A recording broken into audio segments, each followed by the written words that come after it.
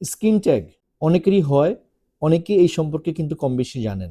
Skin tag নিয়ে বাসায় বসে আছেন, কাটবেন কি কাটবেন না বুঝতে পারছেন না।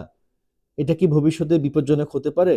আসসালামু আলাইকুম, আমি ডক্টর মশির মতিন, কাজ করছি ইন্টিগ্রেটেড মেডিকেয়ারে as a aesthetic and functional dermatologist হিসেবে। আজকে আমি স্কিন ট্যাগ সম্পর্কে কিছু গুরুত্বপূর্ণ তথ্য আপনাদের সাথে শেয়ার করব। আশা করি আপনার একটা ভালো নলেজ আমার থেকে পাবেন আজকে। আপনার গলায় বা বগলে ছোট ছোট ঝুলে থাকা নরম মাংসের গুটি দেখছেন? অনেকে এটাকে সাধারণ আঁচিল ভাবেন, কেউ ভয় পান ক্যান্সার কিনা, আবার কেউ কেউ বাসায় বসেই কেটে ফেলার চেষ্টা করেন।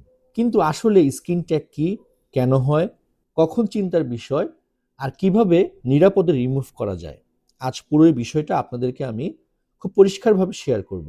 স্কিন ট্যাগ আসলে কি? স্কিন ট্যাগের মেডিকেল নাম হচ্ছে অ্যাক্রোকন্ড্রন। এটা ত্বকের ছোট নরম ঝুলে থাকা অতিরিক্ত একটা অংশ, সাধারণত ব্যথাহীন, ধীরে ধীরে বড় হয়, ত্বকের রঙের মতো বা সামান্য গাঢ় হতে পারে। সবচাইতে বেশি দেখা যায় গলা, বগল, চোখের পাতা, কুচকি এবং স্তনের নিচে। এগুলো সাধারণত বিনাইন। বিনাইন কথাটির অর্থ হচ্ছে যে এটা কোনো ক্যান্সার নয়। তাহলে এটা কেন হয়? স্কিন ট্যাগ হঠাৎ হয় না, কিছু কারণ থাকে। যদি ত্বকের সাথে ত্বকের ঘর্ষণ হয়, যেখানে ত্বকের সাথে বেশি ঘষা লাগে, কারো যদি ইনসুলিন রেজিস্ট্যান্স থাকে, ডায়াবেটিস বা প্রি ডায়াবেটিস রোগীদের মধ্যে বেশি দেখা যায়।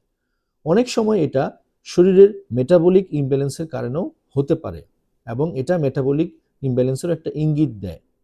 যাদের ওজন অনেক বেশি থাকে, স্কিন ফোল্ডস বাড়ে, ফলে ঘর্ষণও বাড়ে। হরমোনাল পরিবর্তন, গর্ভাবস্থায় বা পিসিওএস এ বেশি হতে পারে এই স্কিন ট্যাগ। পারিবারিক কিছু কারণ থাকে, যদি পরিবারে কারো থাকে তাহলে আপনার হওয়ার সম্ভাবনা বেশি। এখন এটা কি বিপজ্জনক? অধিকাংশ ক্ষেত্রেই না, কিন্তু নিম্নলিখিত লক্ষণ থাকলে এটা পরীক্ষা করা জরুরি।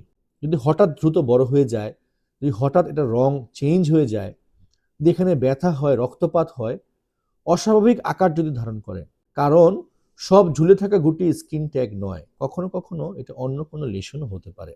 বাসায় কি কেটে ফেলা নিরাপদ?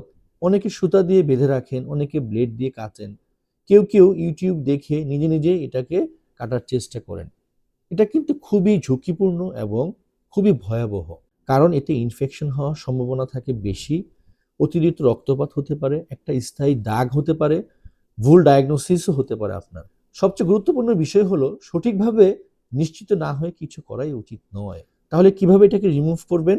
অবশ্যই ডাক্তারের তত্ত্বাবধানে কয়েকটি নিরাপদ পদ্ধতির মাধ্যমে আপনি চাইলে স্কিন ট্যাগটাকে রিমুভ করতে পারেন, যেমন কটারাইজেশন, কায়োথেরাপি, মাইনর সার্জারি, রেজাল রিমুভাল। প্রক্রিয়াগুলো সাধারণত ৫ থেকে ১০ মিনিট সময় লাগে এবং লোকাল অ্যানেস্থেশিয়ার মাধ্যমে আমরা এটা করে থাকি। রোগী একই দিনে এই অপারেশনটি করে বাসায় চলে যেতে পারবে।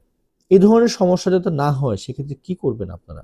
আপনারা ওজনটাকে নিয়ন্ত্রণ করবেন, নিয়মিত ব্লাড সুগার পরিষ্কার করবেন, খুব টাইট পোশাক পরা থেকে বিরত থাকবেন, এবং শরীরের সাথে শরীরের যে ঘর্ষণটা যাতে ঘন ঘন না হয়, অনেক সময় মোটা হওয়ার কারণে হয়, সেদিকে খেয়াল রাখবেন। ত্বককে পরিষ্কার রাখবেন, শুষ্ক রাখবেন। যদি একসাথে অনেকগুলো হয় তাহলে আপনার মেটাবলিক কোনো সিনড্রোম আছে কিনা সেদিকে খেয়াল রাখতে হবে। স্কিন ট্যাগ ছোট সমস্যা মনে হলেও অনেক সময় এটা শরীরের ভিতরে পরিবর্তনকে ইঙ্গিত দেয়। নিজে নিজে কেটে ফেললে বা সঠিকভাবে ডায়াগনোসিস না করে চিকিৎসা করলে এটা কিন্তু পরবর্তীতে অনেক ভয়াবহ হতে পারে। আপনার যদি এরকম সমস্যা থাকে, এরকম স্কিন ট্যাগ থাকে শরীরের বিভিন্ন জায়গায়, আপনারা চাইলে কিন্তু আমার কাছে আসতে পারেন। হ্যাঁ, আমি ফাংশনাল মেডিসিনের আলোকে কিন্তু এ ধরনের চিকিৎসা করে থাকি।